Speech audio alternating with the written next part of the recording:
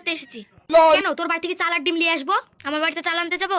আমি চাল চুরি করে পিকনিক করি বলে মা চালের ডামে তালা মেরে রাখে। তাহলে এখন কি করব? কিরে পারলা, তোরা এখানে দাঁড়িয়ে কেন? আর বলিস না, পিকনিকে চাল দেবো কি করে তাই ভাবছি। কেন, বাড়ি থেকে চাল এনে দিবি? আমার বাড়িতে চাল আনতে গেলে মা আমাকে আর আসতে দেবে না, আর ওর বাড়িতে ওর মা চালের ডামে তালা মেরে রেখেছে। এমি যাম, তো দাদার দোকানে তো অনেক চাল আছে, ওখান থেকে এদের দুজনের জন্য 2 গ্লাস চাল নিয়ে নিব। ঠিক বলেছিস, এরা কত আশা করে পিকনিক করতে এসেছে, যদি পিকনিক না করে তাহলে এদের মন খারাপ হয়ে যাবে। থাম, তুই ওদেরকে কিছু বলিস না, আমি বলছি। ঠিক আছে, আমরা চালের ব্যবস্থা করে দেবো, কিন্তু সারাদিন পিকনিকে আমাদের সাথে ঘুরতে হবে।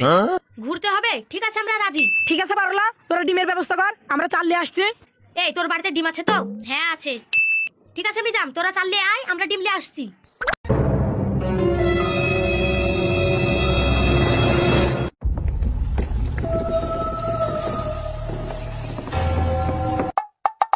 এই সুজন, দাদু দোকানের বাইরে বসে আছে, তুই এখানে দাঁড়া, কেউ আসলে আমাকে বলবি। আমি দোকানে গিয়ে ডিম আর চাল নিয়ে আসছি।